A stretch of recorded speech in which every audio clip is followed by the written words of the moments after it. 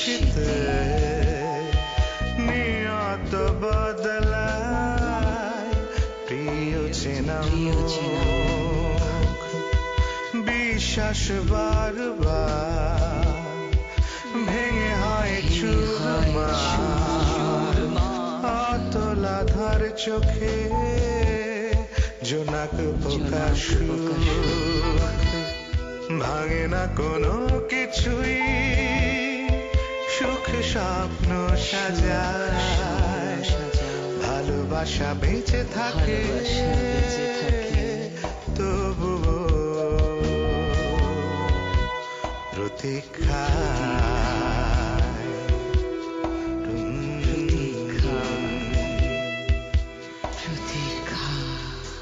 Gulshan Avenue.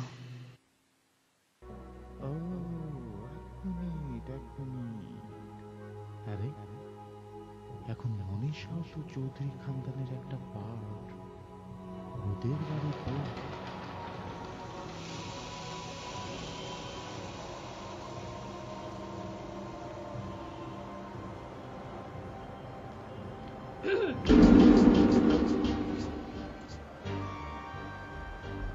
আপনি এখানে কি করছেন?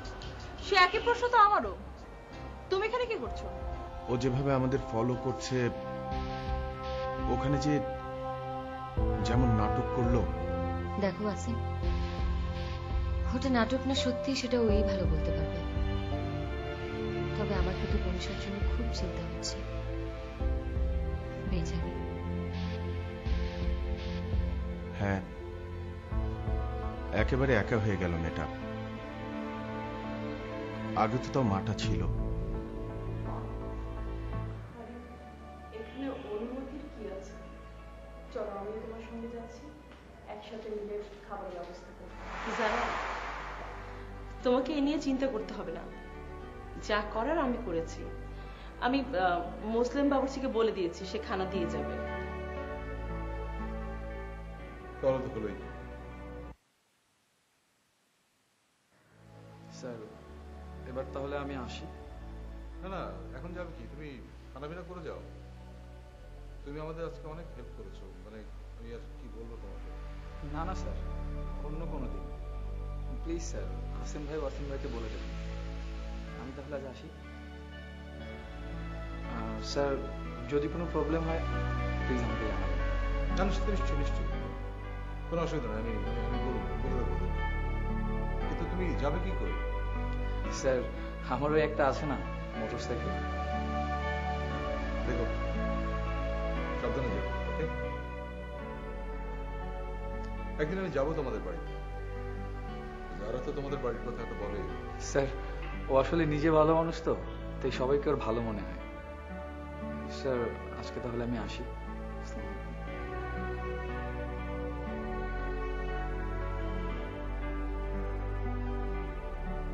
আজকালকে ছেলেমেয়েরা, আমি তো ভেবেছিলাম এরা কিছু জানে না, সমাজ সামাজিকতা দাপন কামন তো জানেই না।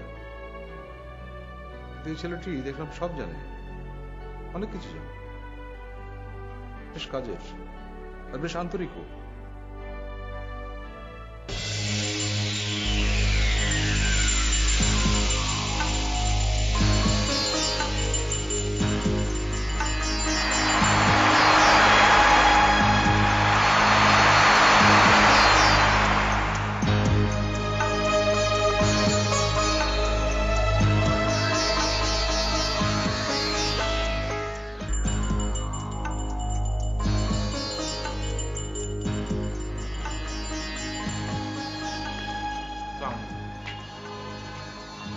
তুমি মনীষার যদি জ্ঞান ফেরে, আমি কি ওর সাথে একটু কথা বলতে পারি? না মানে বলছিলাম যে একসময় তো আমি ওর স্বামী ছিলাম, আর যিনি মারা গেছেন উনি আমার শাশুড়ি আম্মা। মনীষার এখন যে পরিস্থিতি, মা নেই, ভাইটাও দেশে নেই, এই অবস্থায় আমি একমাত্র ওর পাশে দাঁড়াতে পারি। আমি একমাত্র ওর ভরসা, আশ্রয়। তাই না সামিয়া ম্যাডাম?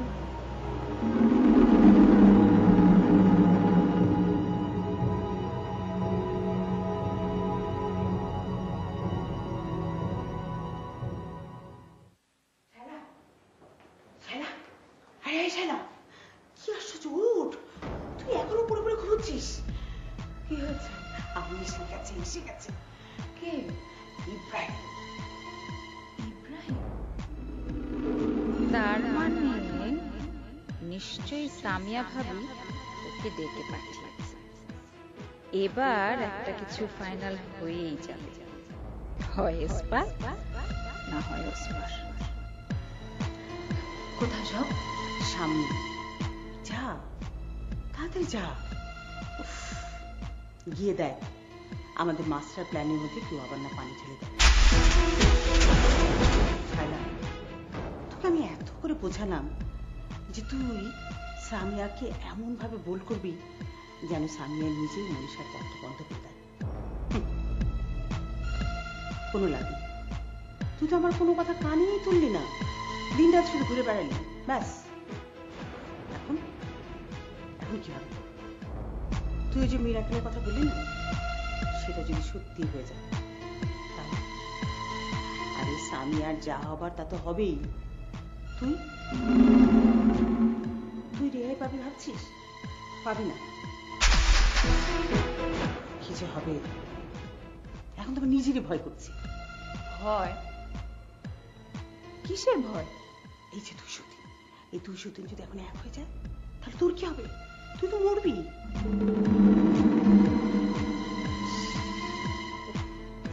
আর আসিমের ভরসা করছিস, কোনো লাভ নেই, কোনো লাভ নেই। আর এই সমস্ত লন্ডন প্যারিসে জন্ম না ছেলে পেলে এদের কোনো ভ্যালু থাকে না। হ্যাঁ, আজকে এই ডালে কালকে ওই ডালে। আর এরা পোশাক পাল্টানোর মতো সম্পর্ক পাল্টায়, আর এটাই হচ্ছে ওয়েস্টার্ন কালচার, বুঝেছিস? কি হলো? আরে বসে আছিস কেন? যা, হাতে যা।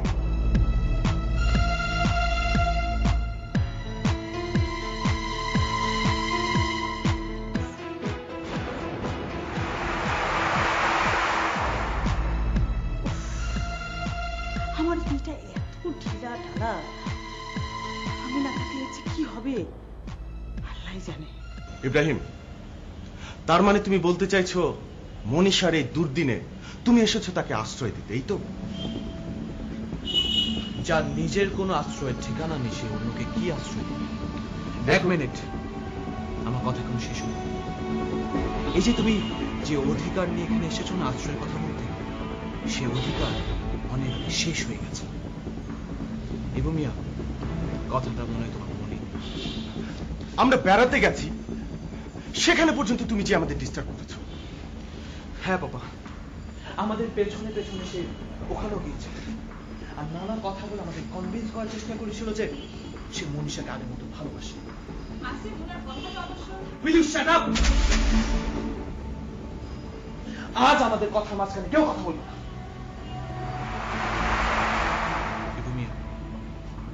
আজ আমাদের সবার মন খারাপ, তাই তোকে আমি ছেড়ে দিচ্ছি, না হলে। মত্ত হাতি দেখেছো বেগমিয়া? মত্ত হাতি? ওই হাতি যখন রাস্তা দিয়ে যায় তখন কি হয়? পাশে কুকুরগুলো ঘেউ ঘেউ করে, তাদের হাতির কিচ্ছু যায় আসে না, কিচ্ছু না, নাথিং। আপনারা দেখছেন প্রতিদিনের ধারাবাহিক গুলশান এভিনিউ। আজ আমাদের সবার মন খারাপ, তাই তোকে আমি ছেড়ে দিচ্ছি, না হলে। আসেন চৌধুরী, কথায় বলে যার ব্যথা সেই বোঝে। যাকে আপনারা তো কোনো যুক্তি শুনতে চাচ্ছেন না, ঠিক আছে। আচ্ছা, একবার মনে করে দেখুন তো, ওয়াসিম চৌধুরীর সঙ্গে মনীষার যে বিয়ে হয়েছে, এটা তো ভালোবেসে বা অ্যারেঞ্জ কোনো বিয়ে না, তাই না? একটা মৃত্যু পথযাত্রী মানুষের শেষ ইচ্ছা পূরণ মাত্র। আর এই ইচ্ছা পূরণের নাটকের মধ্যে আপনারা সবাই ছিলেন।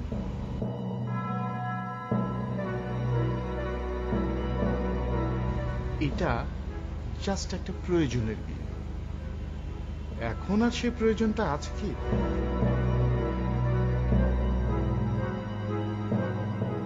ওই মৃত্যু পথযাত্রী জীবন ফিরে পেয়েছে, সে এখন সুস্থ। আচ্ছা, আপনারা একবারও তাকে জিজ্ঞেস করেছেন সেই সমঝোতার বিয়ে নিয়ে নিজে সুখী কিনা? ইব্রাহিম, এটা আমাদের ফ্যামিলি ম্যাটার। তুমি আমাদের ফ্যামিলি ম্যাটারে নাক গলাবে না।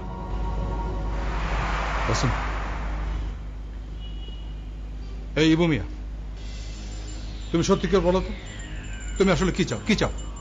Very simple sir. আপনাদের বাড়িতে আমার স্ত্রী আছে, আমি তাকে এখনো জীবন দিয়ে ভালোবাসি, আমি তাকে ফিরিয়ে নিয়ে যেতে চাই। ননসেন্স। ও তোমার বউ ছিল, কিন্তু এখন মনীষা এই চৌধুরী খানদানের বউ।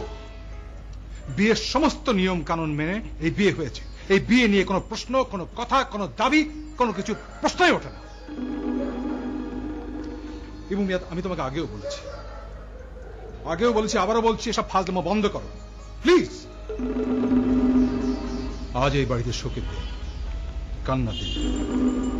আজকে এই বাড়িতে কোনো ঝামেলা আমরা চাই না, ঠিক আছে? সামিয়া, শায়লা, তোমরা দুজন ভেতরে যাও।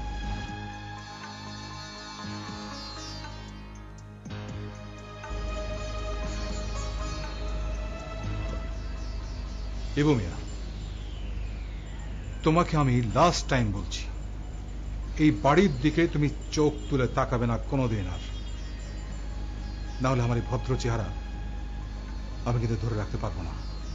আপনারা সত্যকে চাপা দিয়ে রাখতে পারবেন না। আর সে সত্য হচ্ছে মনীষা আমার ওয়াইফ। ফের যদি মনীষার নাম তুই আরেকবার উচ্চারণ করিস, আমি তোকে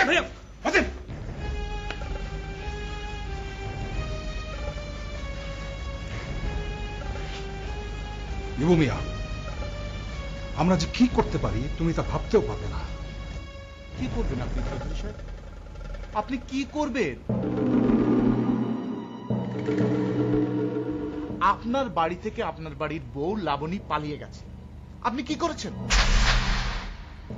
আপনার বাড়ি থেকে আপনার নাতিকে মানুষ কিডন্যাপ করে নিয়ে যায়, আর সেই দোষ চাপান আপনি আমার ঘাড়ে। আপনি কিডন্যাপারদের কি করছেন?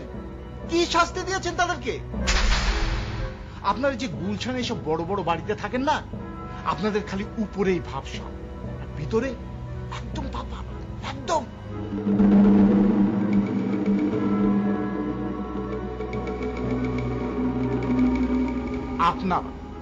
আপনারা জোর করে আমার বউকে ধরে আপনার ছেলের সঙ্গে বিয়ে দিয়েছেন।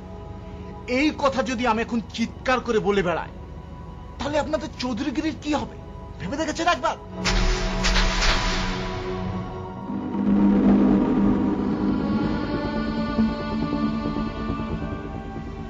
মত্ত হাতি দেখেছো ইবু মিয়া? মত্ত হাতি? ওই হাতি যখন রাস্তা দিয়ে যায় তখন কি হয় পাশে? কুকুরগুলো ঘেউ ঘেউ করে। তাদের হাতির কিচ্ছু যায় আসে না, কিচ্ছু না, নাথিং।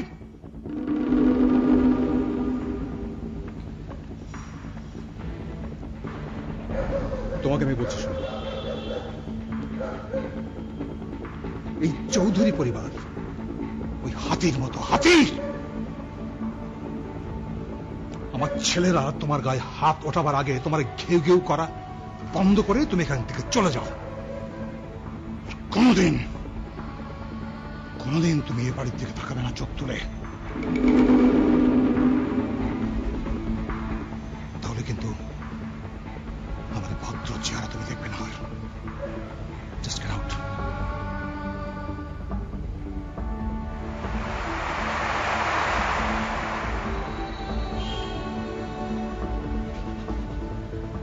ওয়াসিম, আসেন। ও কিন্তু আমাদের ধমকে ভয় পাওয়ার লোক না, খুব সাবধানে থাকবে। ওর সঙ্গে কোনো কথা বলতে যেও না। ওর মোটিভ হচ্ছে আমাদেরকে ডিস্টার্ব করে পাওনাটা আদায় করা। আমি আমার এন্টায়ার লাইফে এরকম বেহায়া নির্লজ্জ মানুষ জীবন দেখিনি। কতবার যে ধরে মার দিলাম, লজ্জা লজ্জা শরম বলতে কিছু নেই। ও মানুষ না, আসেন আস্ত একটা শয়তান।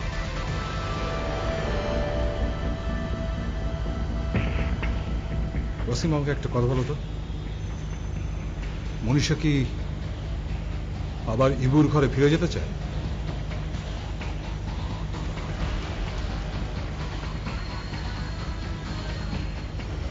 এনিওয়ে,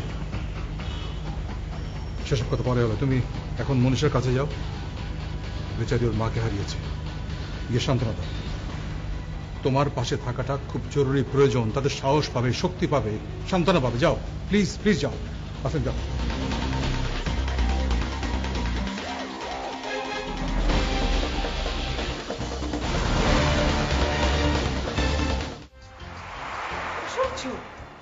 আপনারা দেখছেন প্রতিদিনের ধারাবাহিক গুলশান এভিনিউ।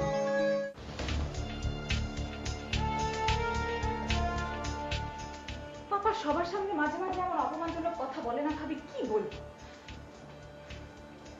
আচ্ছা, ওখানে এমন কি হচ্ছিল যে আমাদেরকে সরে যেতে বললো? আর ইবু মিয়া কি বলে না বলে সেগুলো শোনার অধিকার তো আমাদের আছে নাকি? শায়লা, আমি কিন্তু একটা ব্যাপার ঠিকই বুঝতে পেরেছি, মনীষাকে কেউ এখন এই বাড়ি থেকে যেতে দেবে না।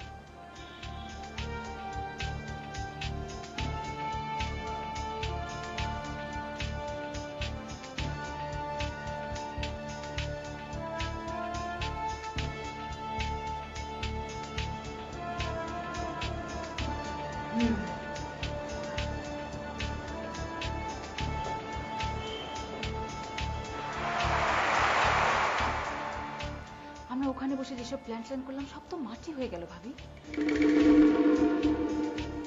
আগে তো দেখেছিলাম যে মনীষা রিবুর কাছে যাওয়ার জন্য একটু একটু ইচ্ছা আছে, আর যদি নাই থাকতো তাহলেও আমরা তাকে ভালোবাসার দোহাই দিয়ে বুঝিয়ে টুঝিয়ে তার কাছে পাঠিয়ে দিতাম।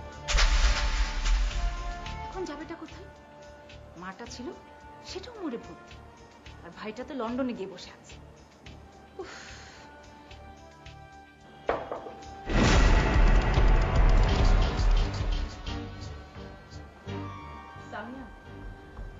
আমি আজকে মনীষাদের বাড়িতে গিয়েছিলাম, ওখানে গিয়ে আলো জ্বালিয়েছি, আগরবাতি জ্বালিয়েছি, কিন্তু আমি তো প্রতিদিন যেতে পারবো না, তাই না?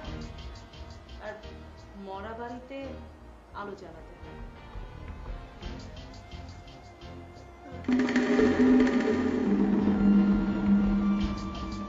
চাবিটা আসলে মনীষার কাছেই থাকাটা ভালো, অ্যাটলিস্ট ফুলখানি পর্যন্ত ও বাড়িতে থাকুক। কিন্তু মনীষা তো অসুস্থ। ঠিক আছে শায়লা, তাহলে তুমি গিয়ে ও বাড়িতে থাকো।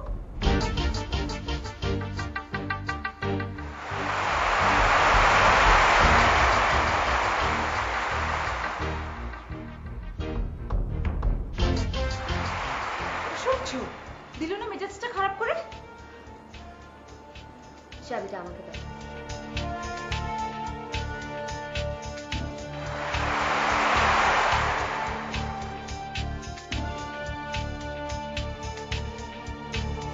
ও যখন এখানে এসেছিল তুমি আমাকে জাগাওনি কেন? আমি ওর মুখের উপর বলে দিতাম কে আসলে আশ্রয় চায়। মনীষা, মনীষা প্লিজ মাথা গরম করো না। বিকুল, কি করব আমি? কি করব ওয়াসিম?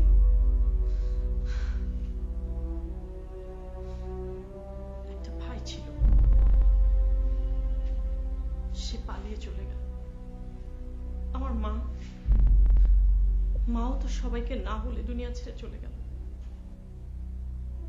আর আমি অন্যের ভালো করতে গিয়ে এমন একটা সম্পর্কে জড়িয়ে গেছি, না পারছি গেলতে, না পারছি ফেলতে।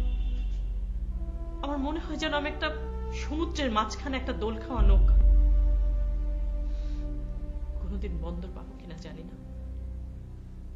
আর এই যে এই বাড়িতে আমি আছি, কোন সম্পর্কের অধিকার এখানে আছে বলতে পারো ওয়াসিম?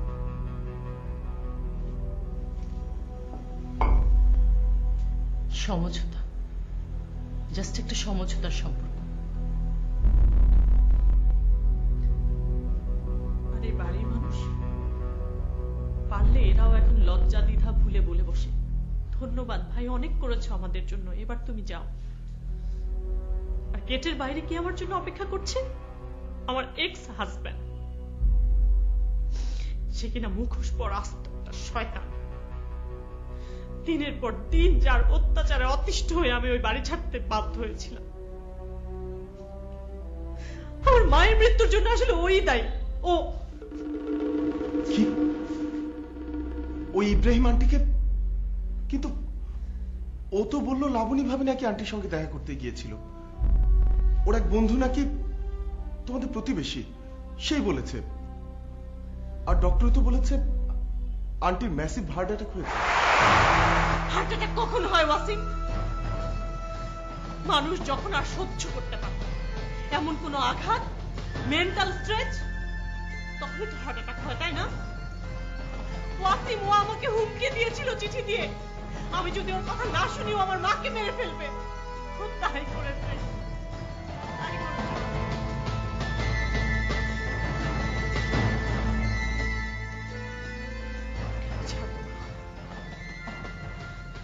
যে পর্যন্ত ওর পাপের শাস্তি না পাবে আমার মন শান্তি পাবে না।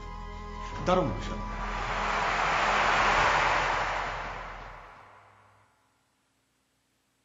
রাইট, মাহি চাইলে তো তুড়ি মেরে একটা চাকরি জোগাড় করে নিতে পারে। যার যারা ম্যাডাম আছেন আরো কষ্ট পাবে বাবা। আম্মা, আমি কেন এই কথা বলছি আপনি বুঝতে পারছেন না। ও মায়ের কাজ করতে চায়, আমি তো বাধা দিচ্ছি না, কিন্তু মনীষা একা ওই বাড়িতে যাওয়া মানে ওই ইব্রাহিম শয়তানটা ওকে গিয়ে জ্বালিয়ে মার। ভালোবাসা তো দূরের কথা, মনীষা ইব্রাহিমকে ওর ঘৃণা করারও যোগ্য বলে মনে করে না। কিন্তু ওয়াসিম, তার মানে এই নয় যে তুমি এখন ওর সঙ্গে। সামিয়া,